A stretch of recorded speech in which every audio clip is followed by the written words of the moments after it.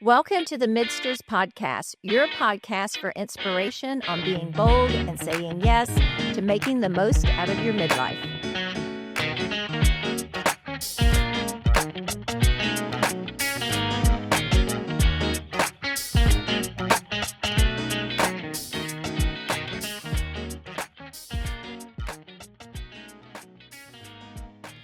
Marianne, if I said the words emotional hygiene to you, what would that mean?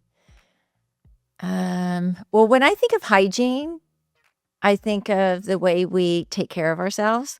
And, we are taught to brush our teeth. We're taught to shower at a young age. We're taught to keep our house clean.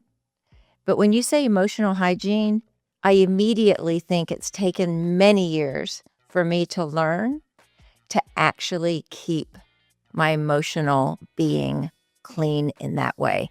I think it should be a practice, and I think it would help with mental fitness. How does one go about keeping their emotional health clean? I think if somebody isn't in the practice of doing that, it would be baby steps. I think a lot of people tend to do that by journaling and meditation. But I would think of emotional hygiene and a way to get there, like a practice, would actually, one, not holding on to things that don't belong to you. We're in conversations, we watch TV, we're on social media. We have so much thrown on in our heads that we don't need. We may see it, but we shouldn't hang on to it. So I think it would be not taking things on. And the other thing would be releasing things that we have in our head that we don't have a lot of control over, can't do much about. But I think it would be a practice of releasing those things as well. And that could be even like in friendships, relationships, things that you take on, things that drain you at the end of the day. So I think the other piece to that would be a practice would be kind of going through that checklist at the end of the day, what filled you up and what drained you. I don't know. I think of it also as I think we sort of take our emotions and our emotional self as a given. Like we're at the whim of the emotions because they're part of who we are and sort of something beyond our control in a way. But actually, we do have a lot of control over how we interact with our emotions. We do. And a piece of that is learning to accept and monitor them, not because we need to control them outwardly, like I've got to stop being worried or I've got to stop being angry or I have to stop being upset, but rather to stop and acknowledge them. I am upset. I am angry. I am worried. And then decide why that is and how we're going to manage that in a moment, rather than just letting our emotions be some big whirlwind that captures us. To me, a part of emotional hygiene is separating from our emotions so that we can actually learn what it is they're trying to teach us. And release. And that helps to release. Yeah, release what we don't need. I think that we hold on to so much. And I think you're right. It is a process of kind of deciding what you want to keep and what you don't.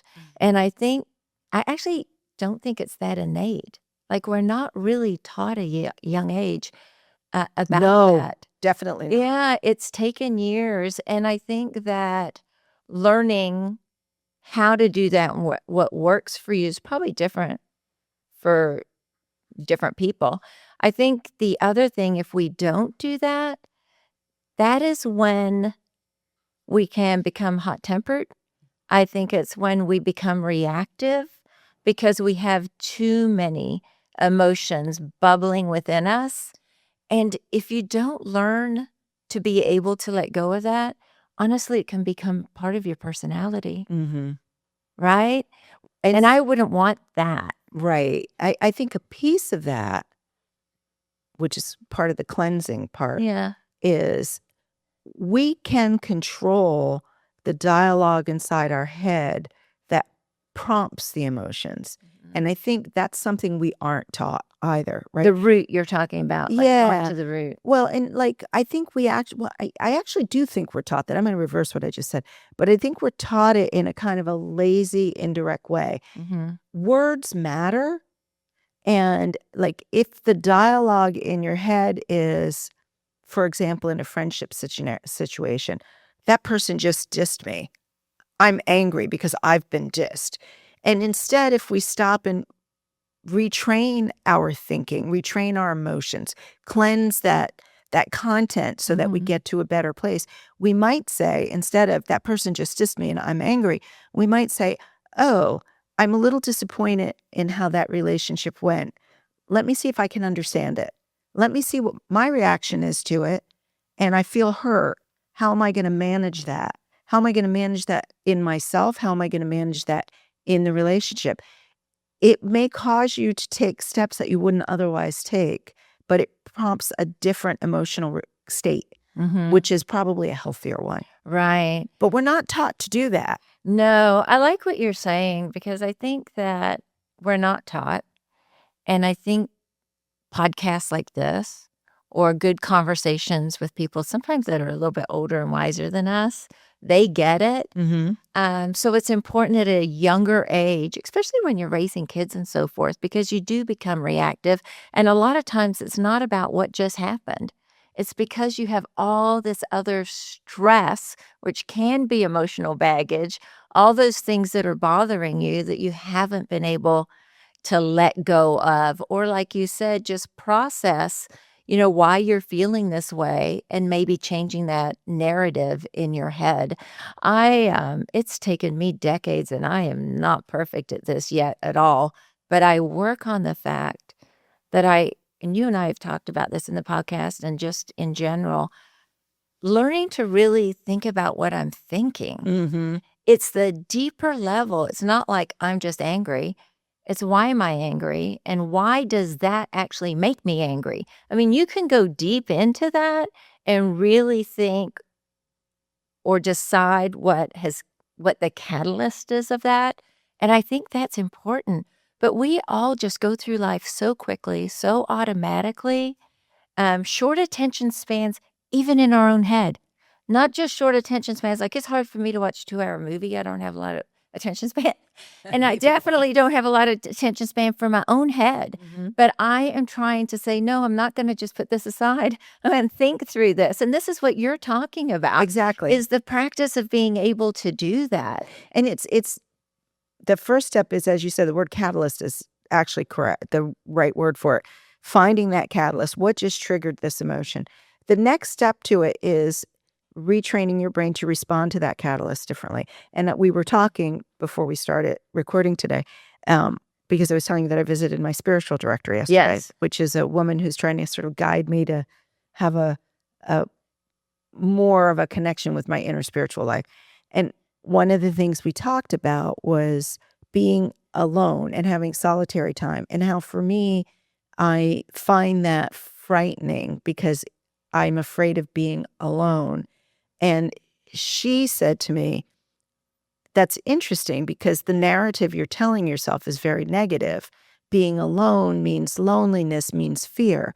How about if you change it in your head to being alone is an invitation to experience yourself in a different way? Right. And like a little light bulb went off in my head. It really is a big piece of emotional hygiene is changing what we tell ourselves about how we're experiencing the world. Because if we give ourselves a negative story, we will have negative emotions every time we're triggered by a catalyst. Yep. But we can change that and say, oh, let me experience this moment differently than I did last time. Yeah. Or than I have traditionally done. And that helps sort of cleanse the soul. I love that when we talk about personal growth.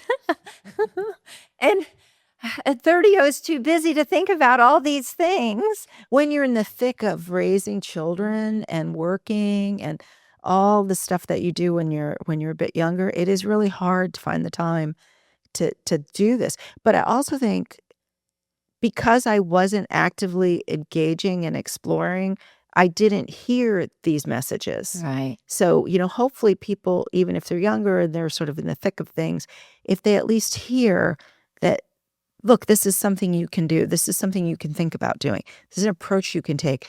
Maybe they can find some time to actually do it Right. a little bit earlier on in the life Yeah. cycle.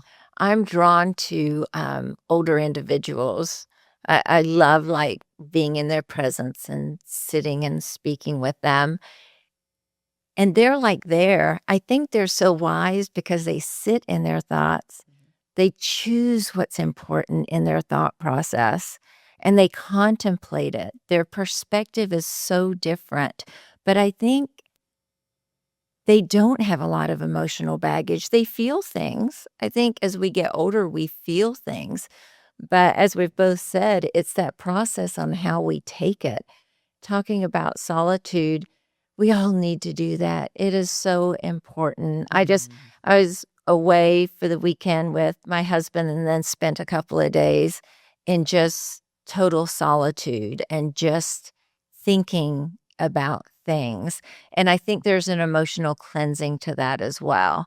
When you were telling the story about solitude, I told you before the meeting that before we did the podcast that actually I like solitude because I find it's when I have control. I totally feel like I can choose to what I want to think about and what I don't. And I think I've never looked at it that way. And I think that's actually kind of inspiring. Yeah. I mean, it is helpful. I will say that because you can fill your cup up that way.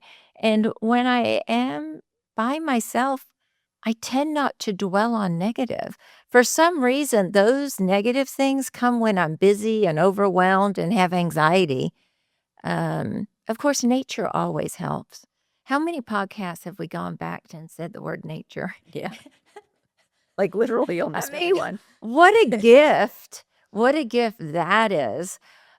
We are going to have a guest in a podcast in the future, and he is about finding the party within yourself. Anyway, that's going to be a conversation at some point.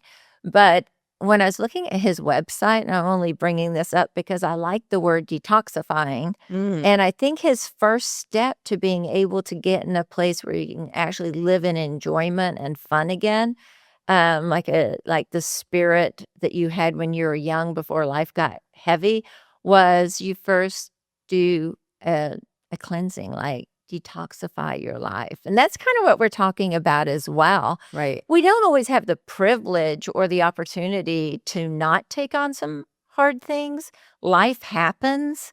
Life is tragic. I think grief is one of those things.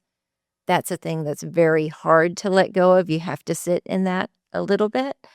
I haven't experienced a lot of grief in my past, but I have friends that do that. And so taking off all the other things, if you have learned and put into practice, take all like the friendship things or taking work issues or whatever, then you do have that energy as well to be able to handle the bigger things that do need tended to in an emotional well-being way. And I think some of it is accepting that we can cleansing your emotional self and having good emotional hygiene doesn't mean everything has to be perfect in your emotional life, right? It doesn't mean you can only experience and only permit yourself to experience positive, happy emotions because that's false. Right. And it's kind of like putting on a mask, but never washing it off to see what's underneath, right? Negative emotions are important. Grief is really important. And understanding that you are experiencing it and allowing yourself to experience it is actually a part, I think, of being emotionally healthy and having good emotional hygiene. Yeah. Sometimes you're going to have big, strong, powerful, negative emotions. The key is to recognize the situation that has provoked them, allow yourself to go through it, but also exit. Right. And exit into something new. True. I think that you have to do that with certain things because it builds something very strong in us, which is part of emotional well-being, which is resilience. And so you can't get to resilience, right? with not holding some things. But there's so many like crazy negative things out there too. I mean, social media, and I do social media, you do social media. But it's not always healthy, and just letting it go is so important, and just hang on to the good things in that. Yeah. I think during the course of a day, there's so much that we could choose to hang on to and let bother us. Even the guy that's honking the horn next to you with your car, you just got to let it go. But it takes time. It does. Well, I think you know that for every negative, I'm saying negative in the sense of like stress me out social media post, I also go back and watch videos about dogs doing cute things because that just makes me happy. So you have to monitor that and kind of measure it. It brings you joy. Yeah, find the things that bring you joy. And when things get super heavy, if you've left yourself at that nice baseline and in a better place, you can make better decisions in those times. And some of it is accepting where you are. You know, this was kind of a difficult situation over the last few weeks. Very dear friend of ours, um, developed a massive infection. Almost had to have a limb amputated. And I get it. This is someone who's always been very physically fit, who's been in incredibly good shape his whole life. And it was a shock to be instantaneously bedridden with this very frightening prognosis. And, you know, he was like, I'm never going to walk again. I'm never going to be the same. My life is over. Trying in that moment to help him have a different narrative, which is instead of looking forward and saying, oh my God, this is going to change my life. This is terrible. Let's just deal with where we are today. Yeah. Today you're in the hospital. Today you are ill. You have to accept that because this is where you are. But let's not worry about tomorrow. Let's see, are we comfortable today? What are the doctors doing? Are you making progress? And every day, if it gets a little bit better, just be in that day. Okay, I'm better than I was yesterday. Instead of, will I ever be the same again as I was 2 weeks ago?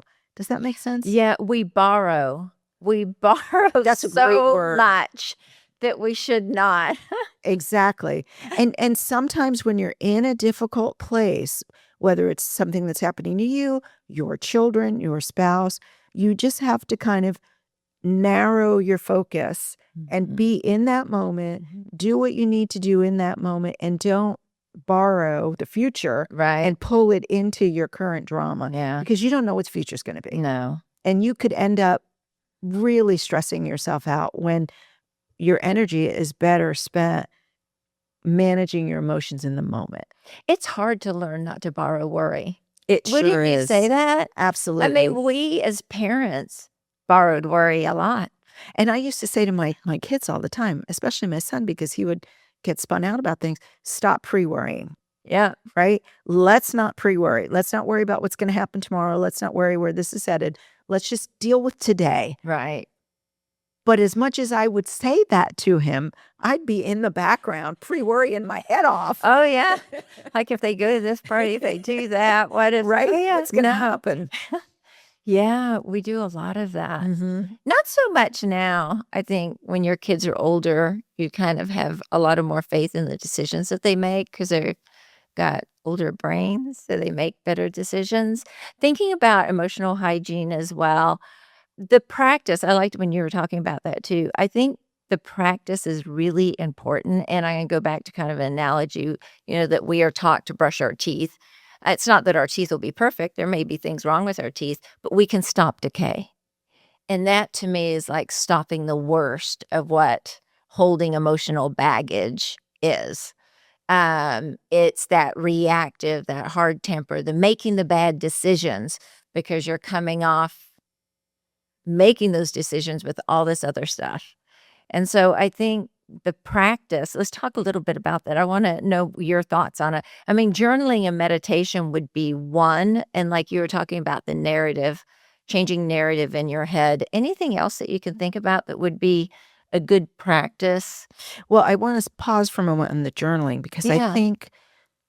I don't know how people, I think different people may have different journaling practices, but the thing that has worked for me in my life is to kind of write almost stream of consciousness, what I'm feeling, what I'm thinking, and then go back to it at some later point in time, a week, a month, and read what you've written and read it like an objective observer and see what you were saying and responding to, because that's where you learn where you need to change the narrative. So, for example, if I'm in the middle of a crisis in my relationship, a friendship, a marital relationship, and I write, "Oh, this person's really frustrated and made me angry, and they did this, and they did that, and they did the other."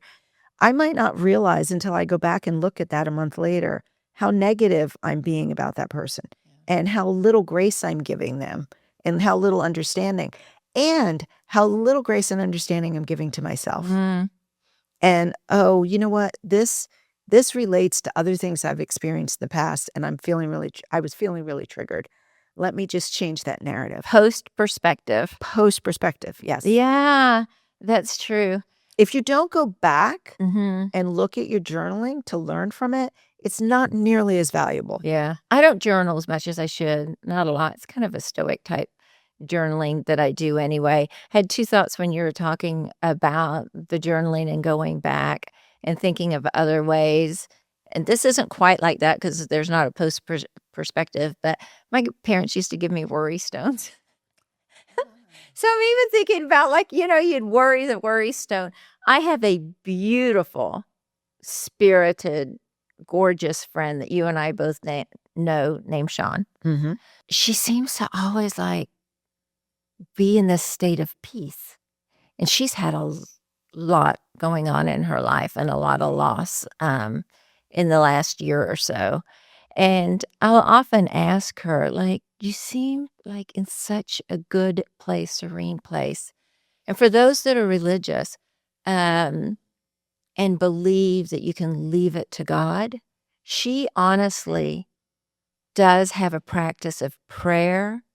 And not to make this podcast religious, but it has given her so much to be able to let go in that way. I feel like I let go in the universe. I let go to God too. But she definitely does. She has this peace about her because there's a higher being going to take care of this. I'm choosing not to hold this.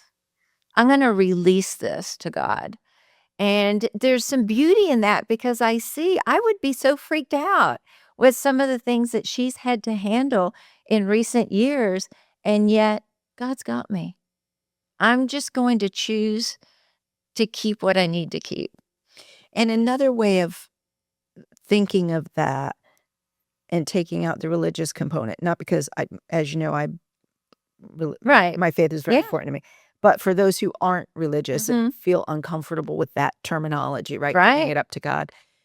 Another way of thinking about the same thing, and this is something we've talked about in the podcast before, is leaning into the reality of the human experience. And so if you don't feel comfortable saying, I'm giving this up to God, you could say, this is part of the human experience, and I am a human experiencing life for all that it is. Yeah. And accepting that, because that's a beautiful thing, even with all the pain and agony that it embraces. We all go through this. Yeah. And there's something, at least to me, something both comforting and inspiring about understanding the shared human experience. I agree. Yeah. And it's helpful emotionally to always remember that. Like, we tend to look at ourselves as completely individual actors in the world, but we're really not. We're part of something much bigger. Right. And more than just bigger in the human experience, I think it's the universe. I think it's nature.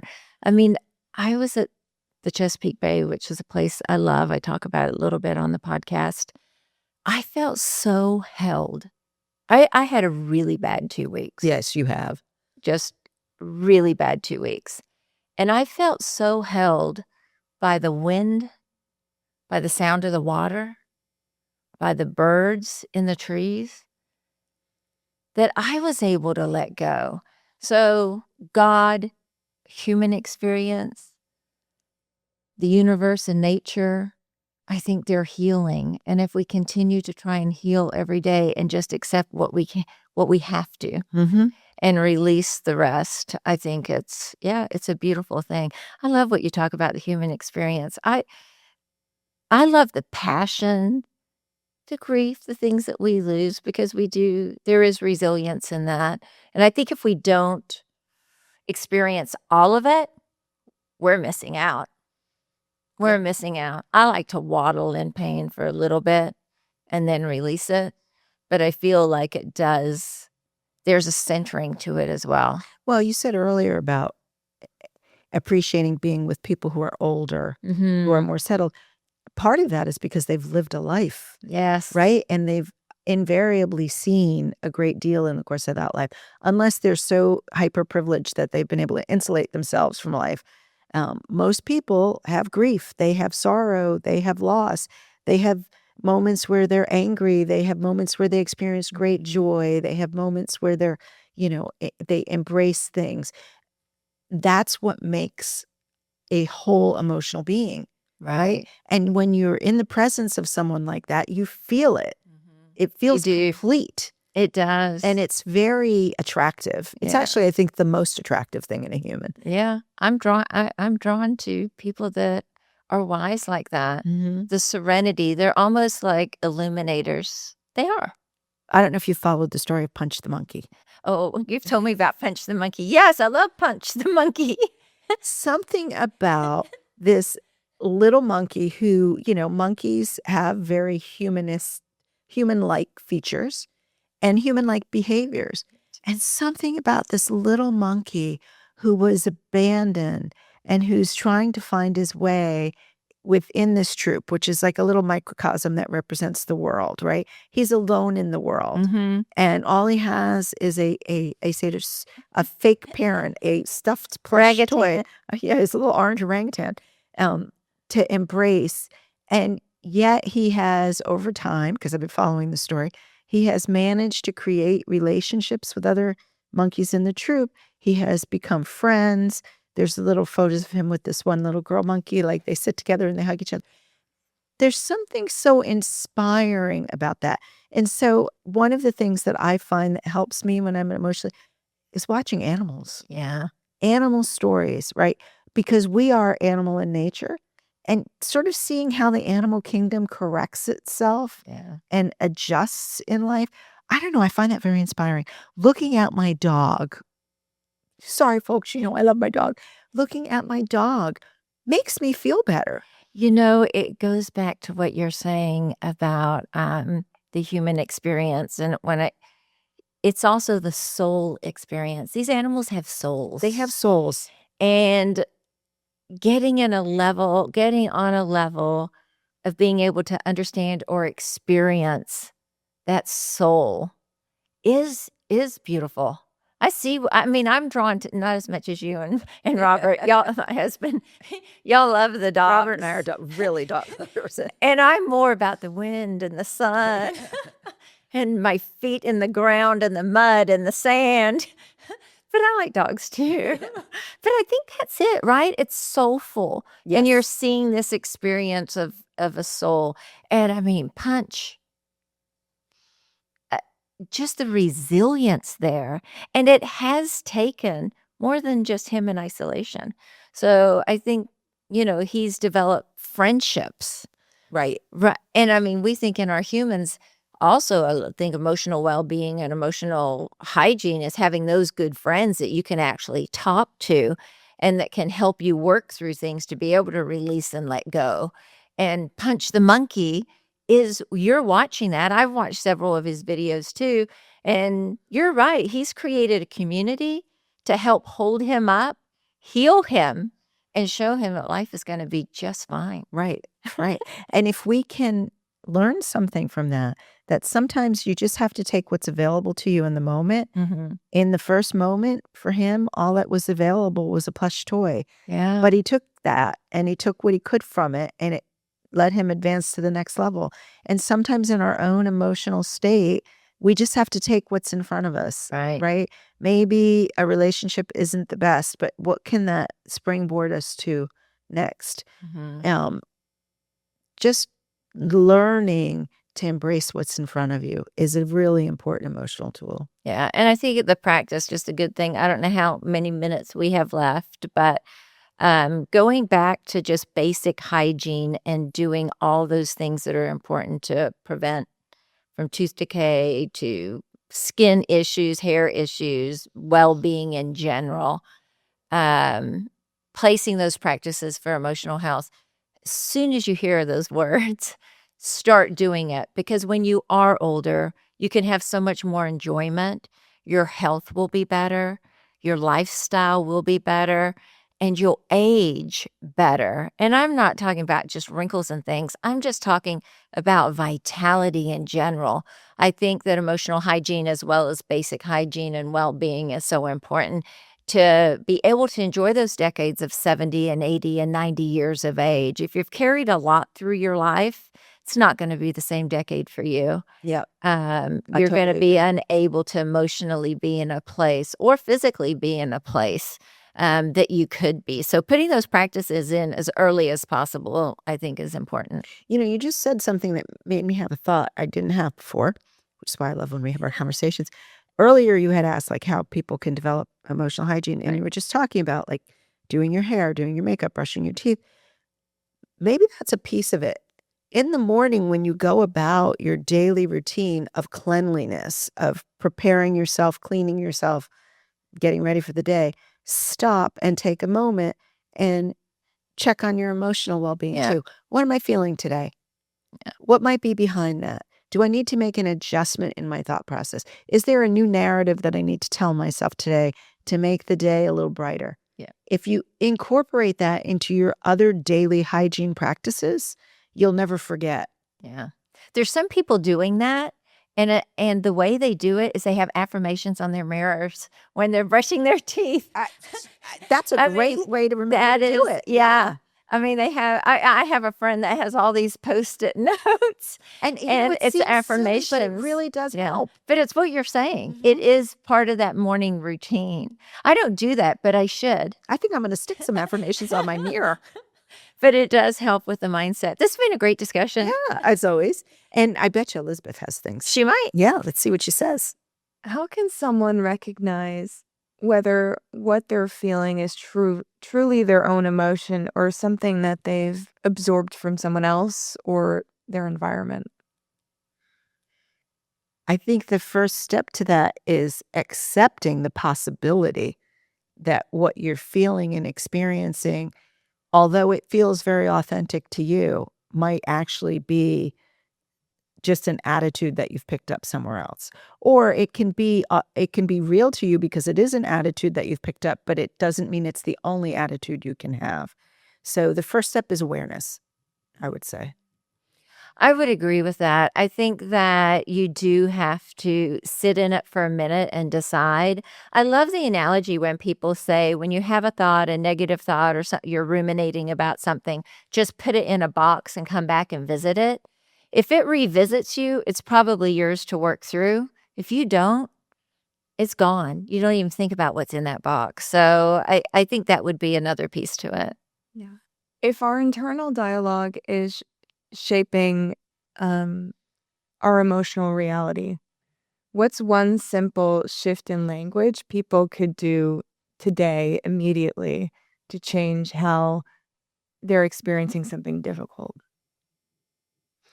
I'm not sure if this 100% answers the question, but I think it starts with telling yourself, I can see this differently. I have the power to see this differently. Empower yourself to have a different perspective. Instead of feeling and this, goes back to something we talked about at the beginning of the episode, like, we often feel that our emotions are bigger than us and that we're under their control instead of we can control them. So giving yourself authority over what you feel is the first step. I have power over me. I am not going to feel this way today. And then use that to create a space in which you can recast your thoughts. Yeah, I think that it takes a practice to really start changing the narrative in your head. But when something comes to you, I think one of the practices is um, do I need to think about this? And I think the process also would be, okay, perspective-wise, there's 2 or 3 ways I can think about it, and I'm just going to choose to think about it this way. We don't have to own everything that comes into our head, and I think that when we're deciding to change a narrative, the first thing is, like, do I even need to spend time on this? Maybe this is something I should release. But if it's something that I do need to hang on to and change that narrative, I think it's the intellectual and the emotional process of really seeing what that outcome would be. I actually think that's a really good point. We don't have to engage with No. every emotion. So I'm going to modify what I said before. Part of it is saying I have the power to change how I think. Some of it is also I have the power not to worry about this. I have the power to let this go. And again, that frees you up to experience yourself and your emotional state in a different way. Very well said. Absolutely answered the question. Well, this has been a great discussion, and I Yes. hope that our listeners have taken something from it. I am going to sign off and then go think about emotionally how I feel about this episode.